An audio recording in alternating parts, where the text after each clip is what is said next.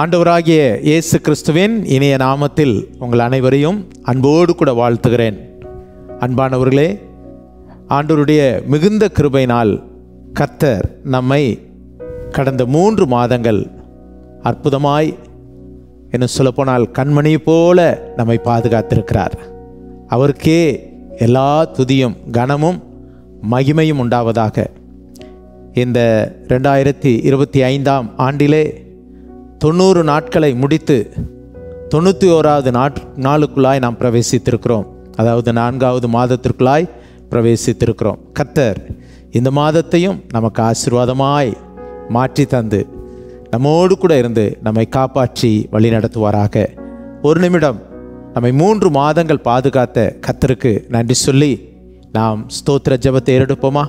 அன்பாய் நேசிக்கிற எங்கள் நல்ல ஆண்டவரே, இந்த அருமையான அதிகாலை வேளைக்காய் உமக்கு ஸ்தோத்திரம்.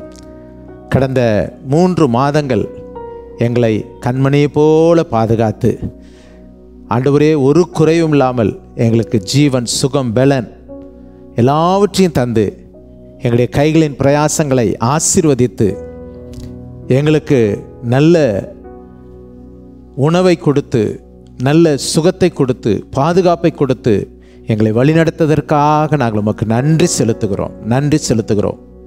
ஆண்டவரே, இந்த மாதத்தையும் எங்களுக்கு ஆசீர்வாதமாக்கி தாரோம்.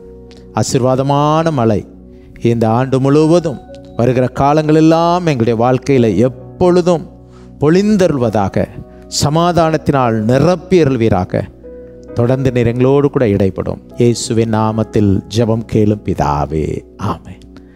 அருமையானவர்களே, இன்றைக்கு இந்த 2025ஆம் ஆண்டின் 91வது நாள். எனவே நம்ம எல்லாருக்கும் பிடித்த, எல்லாரும் மனப்பாடமாய் அறிந்திருக்கிற பாதுகாப்புகள் நிறைந்த சங்கீதம் 91ஆம் சங்கீதம். இது நன்கு நாம் பலமுறை வாசித்திருக்கலாம், தியானித்திருக்கலாம். ஆனாலும் இந்த சங்கீதத்திலிருந்தே கர்த்தர் கொடுத்த ஒரு வார்த்தையை உங்கள் முன்பதாக வைக்க விரும்புகிறேன். ஜெபத்தோடு கூட, விசுவாசத்தோடு கூட கேளுங்கள். நிச்சயமாய் இந்த நன்மையும் இந்த ஆசீர்வாதமும் உங்களுடைய வாழ்க்கையிலே உண்டாகும். ஹல்லேலூயா, கர்த்தருக்கு மகிமை உண்டாவதாக. 91ஆம் சங்கீதத்திலே நாம் இந்த நாளிலே கர்த்தர் நமக்கு கொடுக்கிற அருமையான வார்த்தை 14ஆம் வசனம். அவன் என்னிடத்தில் வாஞ்சையாக இருக்கிறபடினால் அவனை விடுவிப்பேன், என் நாமத்தை அவன் அறிந்திருக்கிறபடினால் அவனை உயர்ந்த அடைக்கலத்தில் வைப்பேன். நான் எடுத்துக்கொண்ட வார்த்தை, என் நாமத்தை அவன் அறிந்திருக்கிறபடினால் அவனை உயர்ந்த அடைக்கலத்தில் வைப்பேன். உயர்ந்த அடைக்கலத்தில் வைப்பேன் என்பது கர்த்தர் நமக்கு கொடுக்கிற ஒரு அருமையான வாக்குத்தத்தம், ஒரு அருமையான ஆசீர்வாதம். எப்பொழுதுமே ஆண்டவருடைய ஆசீர்வாதங்களை பெறுவதற்கு முன்பதாக அதிலே ஒரு கட்டளை அல்லது ஒரு கற்பனை அங்கு சொல்லப்பட்டு இருக்கிறதை பார்க்கிறோம். இதில் சொல்லப்பட்டிருக்கிற கட்டளை என்ன? என் நாமத்தை அவன் அறிந்திருக்கிறபடினால், என் நாமத்தை அறிந்திருக்கிறபடினால் அவனை நான் உயர்ந்த அடைக்கலத்தில் வைப்பேன். இந்த 91ஆம் சங்கீதம், 90ஆம் சங்கீதம், இந்த சங்கீதங்களை மோசே தான் எழுதினார் என்று சொல்லி சரித்திர வேத வல்லுநர்கள் சொல்லுகிறார்கள். இந்த சங்கீதத்திலே இந்த மோசே தேவனை எவ்வாறு அறிந்திருக்கிறார் என்று சொல்லி நாம் பார்ப்போமானால், 1ஆம் வசனத்திலே நாம் பார்க்கும் பொழுது முதல் வார்த்தை உன்னதமானவர் என்று எழுதுகிறதை பார்க்கிறோம். அவர் எவ்விதமாய் அறிந்திருக்கிறார்? அவர் உன்னதமானவர். ஹல்லேலூயா. இந்த உலகத்திலே உன்னதமான ஒருவர் உண்டு, அவர்தான் நாம் ஆராதிக்கிற நம்முடைய ஆண்டவர். ஹல்லேலூயா. கர்த்தருடைய பரிசுத்த நாமம் மகிமைப்படுவதாக. இரண்டாவதாக இந்த சங்கீதத்திலே அவர் எவ்வாறு ஆண்டவரை அறிந்திருக்கிறார் என்றால், அதே 1ஆம் வசனத்திலே சர்வ வல்லவர், உன்னதமானவர் என்று சொன்னது மாத்திரமல்ல, அவர் சர்வ வல்லவர் என்று அவருடைய நாமத்தை அறிந்திருக்கிறதை நாம் பார்க்கிறோம். அது மாத்திரமல்ல, அதே சங்கீதத்திலே 9ஆம் வசனத்தை நாம் வாசிக்கும் பொழுது அடைக்கலமானவர் என்று எழுதுகிறதை பார்க்கிறோம். அப்படி என்றால் இந்த வசனங்களின் அடிப்படையிலே நாம் பார்க்கும் பொழுது இந்த தேவ மனிதன் ஆண்டவரை உன்னதமானவர் என்று அறிந்திருக்கிறார், சர்வ வல்லவர் என்று அறிந்திருக்கிறார், அடைக்கலமானவர் என்று அறிந்திருக்கிறதை நாம் அறிந்திருக்கிறோம். நம்முடைய வாழ்க்கையிலே நாம் ஒன்றை நன்கு அறிந்திருக்க வேண்டும். நிறைய நேரங்களிலே நாம் இன்னும் அறியாத காலங்கள் உண்டு. ஆனால் தேவனை பொறுத்த அளவுக்கு நாம் நன்கு அவரை அறிந்திருக்க வேண்டும். அவரை அறிந்து இருக்கிற அளவுக்கு கர்த்தர் நம்மை உயர்ந்த அடைக்கலத்தில் வைக்கிறார் என்பதை நாம் அறிந்து கொள்கிறோம். கர்த்தருக்கு மகிமை உண்டாவதாக. ஆகவே வேதத்தின்படி நாம் பார்க்கும் பொழுது எப்படி அவருடைய நாமத்தை நாம் அறிந்து கொள்வது? அப்போ ஆண்டவர் தம்முடைய நாமத்தை எவ்வாறு வெளிப்படுத்தினார்? நீங்கள் யாத்ராம் புஸ்தகம் 3ஆம் அதிகாரத்திலே 13-14 வசனங்கள், இந்த வசனங்களை நீங்கள் வாசிக்கும் பொழுது ஆண்டவர் அதற்கு முன்பதாக மோசேயை தெரிந்தெடுக்கிறார். மோசேயின் இடத்திலே பேசுகிறார்.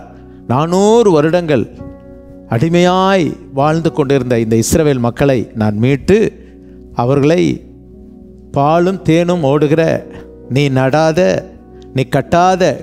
திராட்சை தோட்டங்களையும் கட்டாத வீடுகளையும் உனக்கு தருவேன் என்று வாக்கு கொடுக்கிறார். ஆனால் இவர்கள் 400 ஆண்டுகள் அடிமைகளாய் இருக்கிறார்கள்.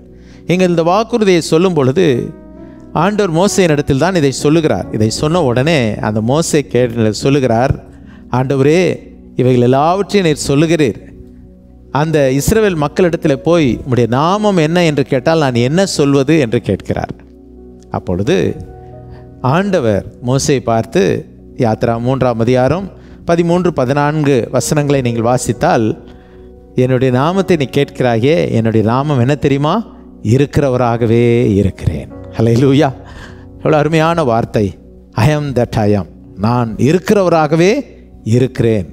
நம்முடைய ஆண்டவர் எந்த விதத்திலும் அவர் மாறாதவர். எனவே தான் எபிரேயர் 13ஆம் அதிகாரத்தில் நான் வாசிக்கும் பொழுது இயேசு கிறிஸ்து நேற்றும் இன்றும் என்றும் மாறாதவராய் இருக்கிறார். ஹல்லேலூயா! கர்த்தருடைய மகிமை, கர்த்தருடைய பரிசுத்த நாமம் மகிமைப்படுவதாக. அது மாத்திரமல்ல, வெளிப்படுத்தின விசேஷத்திலே 1ஆம் அதிகாரத்திலே 8ஆம் வசனத்திலே நாம் வாசிக்கும் பொழுது ஆண்டவர் தம்மை அப்போஸ்தலனாகிய யோவானுக்கு தன்னை வெளிப்படுத்தும் பொழுது இவ்விதமாய் சொல்லுகிறார், இருக்கிறவரும் இருந்தவரும் வருகிறவருமாகிய சர்வ வல்லமை உள்ளவர். பாருங்கள், இந்த யோவான் அப்போஸ்தலனுக்கு ஆண்டவர் தன்னை எப்படி வெளிப்படுத்துகிறார், அல்லது யோவான் அப்போஸ்தலன் இந்த ஆண்டவரை எப்படி அறிந்து எழுதுகிறார்? இருக்கிறவர், ஏற்கனவே அவர் இருந்தவர், இனி வரப்போகிறவர், மட்டுமல்ல அவர் சர்வ வல்லமுள்ள தேவன். அதைத்தான் ஆதியும் அந்தமும் அல்பாவும் ஒமேகாவுமானவர் என்று எழுதப்பட்டு இருக்கிறது. அருமையானவர்களே, நாம் ஆராதிக்கிற தெய்வத்தை குறித்து நாம் நன்கு அறிந்து கொண்டவர்களாக தேவனுடைய ஜனங்கள் காணப்பட வேண்டும். இன்றைக்கு இந்த உலகத்தில் எத்தனையோ கோடிக்கணக்கான தெய்வங்கள் இருந்தாலும் எல்லாருக்கும் எல்லாவற்றையும் அறிந்து கொள்ளக்கூடிய சக்தி இல்லை. ஆனால் நாம் நம்முடைய தேவனை நன்கு அறிந்திருக்கிறோம். ஹல்லேலூயா! கர்த்தருக்கு மகிமை உண்டாவதாக. நமக்கு இரட்சகராக நம்மள ஒரு பாடல் உண்டு, யெகோவா தேவனுக்கு 1000 நாமங்கள், எதை சொல்லி பாடுவேன். அவர் பல்வேறு நாமங்களினால் அழைக்கப்படுகிறார்.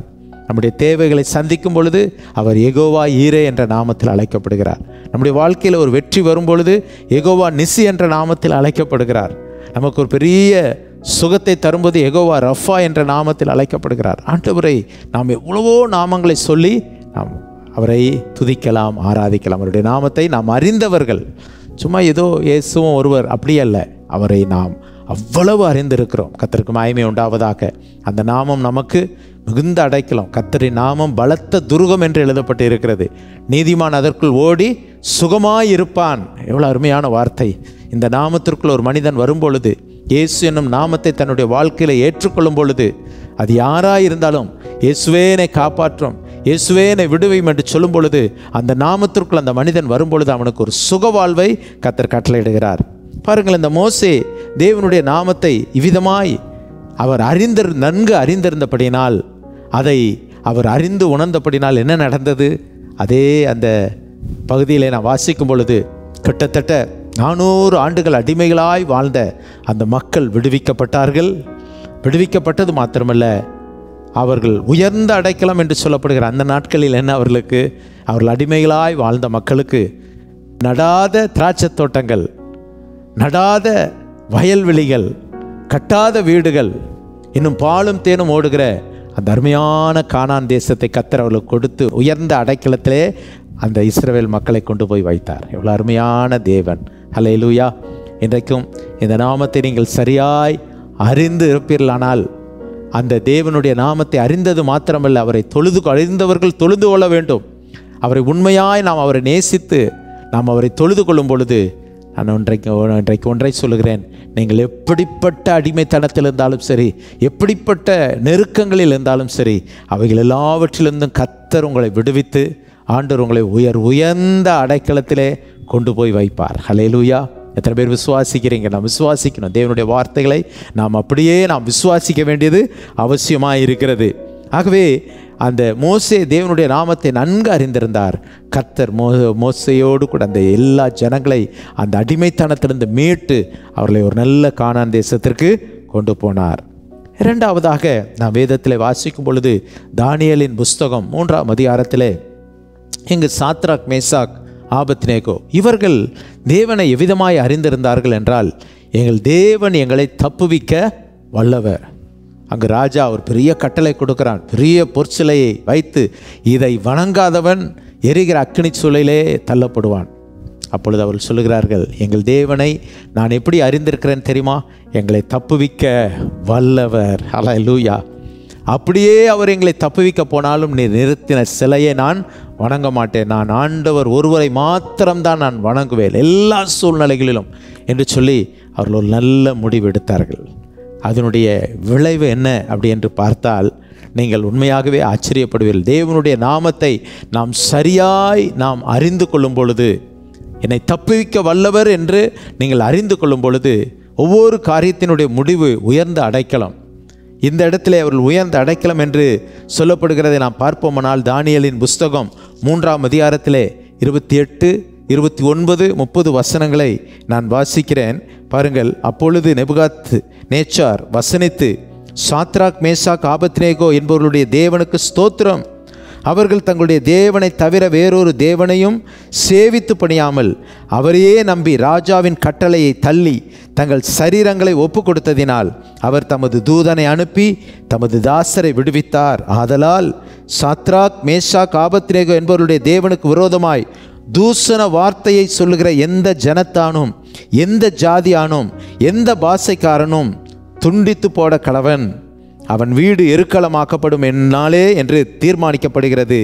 இவ்விதமாய் ரட்சிக்கத்தக்க தேவன் வேறு ஒருவரும் இல்லை என்றான். பின்பு பாருங்கள், அதான் இந்த வார்த்தையின் கடைசி. தேவனை நன்கு தப்புவிக்க வல்லமையுள்ள தேவன் என்று அறிந்தபடினால் பின்பு ராஜா சாத்ராக், மேஷாக், ஆபத்நேகோ என்பவர்களை பாபிலோன் தேசத்திலே உயர்த்தினான். ஹல்லேலூயா. எவ்வளோ அருமையான வார்த்தை பாருங்கள். தேவனுடைய நாமத்தை நாம் சரியாய் அறிந்து கொள்ளும் பொழுது அந்த தேவன் நம்ம என்ன செய்கிறார்? உயர்த்துகிறார். அவர்கள் சிறைப்பட்டு வந்தவர்கள், ஆனால் சூழ்நிலையிலே அந்த அக்கினி சூழலில் தள்ளப்போகிறவர்கள் இப்பொழுது உயர்ந்த இடத்திலே வைக்கப்படுகிறதை பார்க்கிறோம். எனக்கு அருமையானவர்களே, நீங்கள் எப்படிப்பட்ட நெருக்கத்தில் இருந்தாலும் என்னை தப்புவிக்க வல்லவர் என்று சொல்லி நீங்கள் அறிந்து கொண்டால், அதை நீங்கள் விசுவாசித்தால், அந்த தேவன் மேல் உறுதியான நம்பிக்கை வைப்பீர்களானால், கர்த்தர் நிச்சயமாய் உங்களை உயர்ந்த அடைக்கலத்தில் வைப்பார். ஹல்லேலூயா. கர்த்தருக்கு மகிமை உண்டாவதாக. மூன்றாவதாக நாம் பார்க்கும் பொழுது பக்தன் யோபுனுடைய வாழ்க்கையை பார்க்கிறோம். யோபின் புஸ்தகம் 19ஆம் அதிகாரம் 25ஆம் வசனத்திலே இவ்விதமாய் யோபு சொல்கிறார், என் மீட்பர் உயிரோடு இருக்கிறார். அவர் இவ்விதமாய் அறிந்திருக்கிறார். அந்த வசனத்தை நாம் வாசிப்போமானால், என் மீட்பர் உயிரோடு இருக்கிறார் என்று நான் அறிந்திருக்கிறேன். எவ்வளவு அருமையான வார்த்தை பாருங்கள். என் மீட்பர் உயிரோடு இருக்கிறார், அவர் கடைசி நாளில் பூமியின் மேல் நிற்பார் என்று நான் அறிந்திருக்கிறேன். எந்த சூழ்நிலையிலே? அடுத்த வசனம், இந்த என் தோல் முதலானவைகள் அழுகி போனாலும், அழுகி போன சூழ்நிலையிலே, தனக்குண்டான எல்லாவற்றையும் இழந்து போன சூழ்நிலையிலே, சுகத்தை இழந்து போன சூழ்நிலையிலே, பிள்ளைகளை இழந்து போன சூழ்நிலையிலே அவர் தேவனை எப்படி அறிந்திருந்தார் தெரியுமா? என் மீட்பர் உயிரோடு இருக்கிறார். ஹல்லேலூயா. இன்றைக்கு ஒருவேளை ஏதோ ஒன்றை உடைய வாழ்க்கையில் கடந்த 3 மாதங்களிலே எதையாவது இழந்து போய் தவித்து நிற்கிறீர்களா? உங்களுக்குள்ளா இந்த யோபு அறிந்திருந்ததை போல நீங்கள் அறிந்திருக்க வேண்டும். நான் ஆராதிக்கிற என் மீட்பர், என் ஆண்டவர் உயிரோடு இருக்கிறார். ஹல்லேலூயா. ஆமென். கர்த்தருக்கு ஸ்தோத்திரம். அந்த அறிவை அவர் அறிந்திருந்தார். கர்த்தருக்கு ஸ்தோத்திரம். இந்த தோல் முதலானவைகள் அழுகினாலும் என் தேவனை நான் பார்ப்பேன், என் தேவனை நான் பார்ப்பேன். அடுத்த வசனம், அவரை நானே பார்ப்பேன், அந்நிய கண்கள் அல்ல, என் கண்களே காணும். பாருங்கள், எல்லாவற்றையும் இழந்த சூழ்நிலையில் எவ்வளோ நம்பிக்கையான ஒரு வார்த்தை. இதனுடைய விளைவு என்ன? நீங்கள் பாருங்கள், மறுபடியும் கர்த்தர் அந்த யோபினுடைய வாழ்க்கையை இரட்டிப்பாய் ஆசீர்வதித்தார், உயர்ந்த அடைக்கலத்தில் வைத்தார். ஏற்கனவே அவர் அந்த வாழ்ந்த காலத்தில் அவர் ஒரு பெரிய பணக்காரன், ஐஸ்வர்யவான். இப்பொழுது இந்த பாடுகளுக்கு பிறகு இன்னும் தேவனை, இந்த பாடுகளின் மத்தியில் தேவனை நன்கு அறிந்திருந்த பொழுது கர்த்தர் அவரை உயர்ந்த அடைக்கலத்தில் வைத்தார் என்று பார்க்கிறோம். இன்னும் உயர்த்தி வைத்திருக்கிறார். யோபுவை போல பல சோதனைகளிலே நீங்கள் வாழ்ந்து கொண்டிருக்கிறீர்களா? பல கஷ்டங்களிலே வாழ்ந்து கொண்டிருக்கிறீர்களா? பல இழப்புகள் மத்தியில் வாழ்ந்து கொண்டிருக்கிறீர்களா? நம்பிக்கையற்ற சூழ்நிலையில் இருந்தாலும் இந்த யோபுவை போல என் மீட்பர் உயிரோடு இருக்கிறார். அவர் உயிரோடு இருக்கும் பொழுது எனக்கு என்ன குறை? ஒரு அருமையான பழைய பாடல் இருக்கிறல்லவா, என் மீட்பர் உயிரோடு இருக்கையிலே எனக்கு என்ன குறை உண்டு மனமே, சொல் மனமே என்று பாடுகிறதை நம்முடைய பரிசுத்தவான்கள் பாடினார்களே. என் மீட்பர் உயிரோடு இருக்கிறார் என்று அறிந்திருக்க வேண்டும். கடைசியாக நாம் பார்க்கும் பொழுது 3 பேரை நாம் பார்த்தோம். முதலாவதாக மோசேயினுடைய வாழ்க்கையை பார்த்தோம், சாத்ராக் மேஷாக் ஆபத்நேகோ அவருடைய வாழ்க்கையை பார்த்தோம், யோபுடைய வாழ்க்கையை நாம் பார்த்தோம். இந்த 3 நபர்களுடைய வாழ்க்கையிலே தேவனை அவர்கள் ஒவ்வொரு விதங்களிலே அறிந்திருந்தார்கள். அதனுடைய விளைவு அவர்களை உயர்ந்த அடைக்கலத்திலே வைத்ததை பார்க்கிறோம். எப்படிப்பட்ட அடைக்கலத்திலே நம்மை வைக்கிறார் அப்படின்னு பார்க்கும் பொழுது 59ஆம் சங்கீதம் 1ஆம் வசனத்திலே, என்மேல் எழும்புகிறவர்களுக்கு என்னை விலக்கி உயர்ந்த அடைக்கலத்தில் வையும் ஆண்டவரே. எப்படிப்பட்ட உயர்ந்த அடைக்கலம்! உங்களுக்கு விரோதமாக எழும்புகிறவர்கள் இருக்கிறார் அல்லவா, அவர்களுக்கு விலக்கி அவர்கள் முன்னிலையிலே கர்த்தர் நம்மை உயர்ந்த அடைக்கலத்தில் வைப்பார். உங்களை யாராவது வெறுக்கிறார்களா, பகைக்கிறார்களா, உங்களுக்கு விரோதமாக எழும்புகிறார்களா? நீங்கள் இந்த தேவனை நம்முடைய நாமத்தை அறிந்திருந்தால் நிச்சயமாய் சொல்லுகிறேன், கர்த்தர் உங்களை உயர்ந்த அடைக்கலத்தில் வைப்பார். ஹல்லேலூயா. தாவீதுடைய வாழ்க்கையில் அதுதான் நடந்தது. தாவீதை எத்தனையோ பேர் பகைத்தார்கள், விரோதித்தார்கள், சத்துருக்களாய் மாறினார்கள். ஆனால் அவர்கள் எல்லாருடைய மத்தியிலும் கர்த்தர் தாவீதை உயர்ந்த அடைக்கலத்தில் வைத்தார் என்று சொல்லி பார்க்கிறோம். 107ஆம் சங்கீதம் 41ஆம் வசனத்தை நாம் வாசிக்கும் பொழுது, அவர் என்னை உயர்ந்த அடைக்கலத்திலே வைத்து அவனுடைய வம்சத்தை மந்தை போல் ஆக்குகிறார் என்று சொல்லப்பட்டு இருக்கிறது. ஹல்லேலூயா. கர்த்தருக்கு மகிமை உண்டாவதாக. நம்மை உயர்ந்த அடைக்கலத்தில் வைப்பது மாத்திரமல்ல, நம்முடைய வம்சம் என்று சொல்வது நம்முடைய குடும்பத்தை, அவனுடைய மந்தையை, அந்த குடும்பத்தை எப்படி கொண்டு வருகிறார்? ஒரு மந்தையை போல மாற்றுகிறார். அதனுடைய அர்த்தம் என்ன தெரியுமா? ஒரு மனிதனை கர்த்தர் உயர்த்தி அந்த மனிதன் நிமித்தமாக இந்த முழு குடும்பத்திற்கும் ஆசீர்வாதத்தை கொண்டு வருவார். ஹல்லேலூயா. கர்த்தருக்கு மகிமை உண்டாவதாக. இந்த ஆசீர்வாதங்களை கர்த்தர் நம்ம எல்லாருக்கும் தருவாராக. என் நாமத்தை அறிந்திருக்கிறபடினால் உயர்ந்த அடைக்கலத்தில் வைப்பேன். இன்றைக்கு ஒரு வேளை மனிதர்கள் முன்பதாக தலை குனிந்து நிற்கிறீர்களா? தாழ்ந்து போய் நிற்கிறீர்களா? உடைந்து போய் நிற்கிறீர்களா? சிதைந்து போய் நிற்கிறீர்களா? இந்த ஆண்டவருடைய நாமத்தை உறுதியாய் பற்றி கொள்ளுங்கள். இந்த ஆண்டவருடைய நாமம் கைவிடாத நாமம், உயர்ந்த நாமம். இந்த தேவன் உங்களை உயர்ந்த அடைக்கலத்தில் வைப்பார். இந்த ஆசீர்வாதங்கள், இந்த நன்மை ஒவ்வொருடைய வாழ்க்கையிலும் உண்டாவதாக. கர்த்தர் உங்கள் அனைவரையும் ஆசீர்வதிப்பாராக. கண்களை மூடி ஜெபிப்போமா? எங்களை அன்பாய் நேசிக்கிற எங்கள் நல்ல ஆண்டவரே, இந்த வேளையிலும் நீர் கொடுத்த இந்த வார்த்தைகள், இந்த 4வது மாதத்தின் இந்த அதிகாலை வேளையிலே நாங்கள் தியானித்தோம். ஆண்டவரே, நாங்கள் இன்னும் உம்மை அறிந்து நீர் என்றென்றும் மாறாதவர், இருக்கிறவராகவே எங்களை இருக்கிறவர் என்பதை நாங்கள் அறிந்து உணர்ந்து, ஆதியும் அந்தமும் அல்பாவும் ஒமேகாவும் ஆகிய தேவனை நாங்கள் அறிந்தவர்களாய், நன்கு அறிந்தவர்களாய், உம்முடைய நாமத்தை நன்கு அறிந்தவர்களாய் கிருபை செய்யும். சாத்ராக் மேஷாக் ஆபத்நேகோ எங்களை தப்புவிக்க வல்லவர் என்று அறிந்ததை போல எங்களுடைய வாழ்க்கையில் அறிந்து கொள்ள எங்களுக்கு கிருபை செய்யும் ஆண்டவரே. பக்தன் யோபு, என் மீட்பர் உயிரோடு இருக்கிறார் என்பதை நான் அறிந்திருக்கிறேன் என்று சொன்ன நாங்கள் ஆராதிக்கிற தேவன் ஜீவனுள்ளவர், மரித்தேன் ஆனாலும் சதா காலங்களிலும் உயிரோடு இருக்கிறேன் என்று சொன்ன இந்த தேவனுடைய இந்த மேன்மையை நாங்கள் அறிந்து வாழ எங்களுக்கு கிருபை செய்யும். அது நிமித்தமாய் எங்களை உயர்ந்த அடைக்கலத்தில் வைப்பேன் என்று சொன்னீரே. அடிமைத்தனத்தில் வாழ்ந்த இஸ்ரவேல் மக்களை அந்த அடிமைத்தனத்திலிருந்து விடுவித்து கானான் என்ற உயர்ந்த இடத்துல கொண்டு போய் வைத்தீரே. சாத்ராக், மேஷாக், ஆபேத்நேகோ என்பவர்களை அந்த எரிகிற தீச்சுளையிலிருந்து விடுவித்து உயர்ந்த இடத்தில் வைத்தீரே. ஆண்டவரே, எல்லாவற்றையும் இழந்து, சுகத்தை இழந்து, சொத்தை இழந்து, பிள்ளைகளை இழந்து, ஆண்டவரே ஒரு ஓட்டை எடுத்து சொரிந்து கொண்டிருந்த பக்தன் யோபுவை ஆண்டவரே மறுபடியும் இரட்டிப்பான ஆசீர்வாதங்களை கொடுத்து உயர்ந்த இடத்தில் வைத்திரே. அதை போல் நம்முடைய வார்த்தைகளை கேட்டுக்கொண்டு யாராயிருந்தாலும் அவர்களை உயர்ந்த அடைத்தல் வைக்க போறதற்காய் ஸ்தோத்திரம். அவர்களுக்கு விரோதமாக எழும்புகிற சத்துருக்களுக்கு விலக்கி அவர்களை உயர்ந்த அடைக்கலத்தில் வைப்பீராக. அவருடைய வம்சத்தை மந்தை போல் ஆக்கி உயர்ந்த அடைக்கலத்தில் வைப்பீராக. இவர்களை உயர்ந்த அடைக்கலத்தில் வைப்பது நிமித்தமாக இவருடைய குடும்பங்கள் மந்தை போல் ஆவார்களாக. ஆசீர்வதிக்கிறேன். நம்முடைய கிருபை இருக்கட்டும். வார்த்தைகளை கேட்கிற ஒவ்வொருவரையும் ஆசீர்வதியும். மட்டுமல்ல தகப்பனே, இந்த மாதம் முழுவதும் எங்களுக்கு ஆசீர்வாதமாய் நீர் வைக்க போகிறதற்காய் ஸ்தோத்திரம். ஒவ்வொருடைய வீடுகளிலும் சமாதானமும் ஆசீர்வாதமும் நிரம்பி இருக்கட்டும். ஹல்லேலூயா. ஆசீர்வதி. எங்களுடைய தேசத்தை ஆசீர்வதியும். எல்லா மக்கள் மேலும் உம்முடைய கிருபை இருப்பதாக. இயேசுவின் நாமத்தில் பிதாவே, ஆமென். நம்முடைய கர்த்தராகிய இயேசு கிறிஸ்துவின் கிருபையும் பிதாவாகிய தேவனுடைய அன்பும் பரிசுத்த ஆவியானுடைய ஐக்கியம் நம் அனைவரோடும் சதா காலமும் நிலைத்திருந்து காப்பதாக. ஆமென், ஆமென். அருமையானவர்களே, கர்த்தர் உங்கள் அனைவரையும் ஆசீர்வதிப்பாராக. ஆமென். God bless you.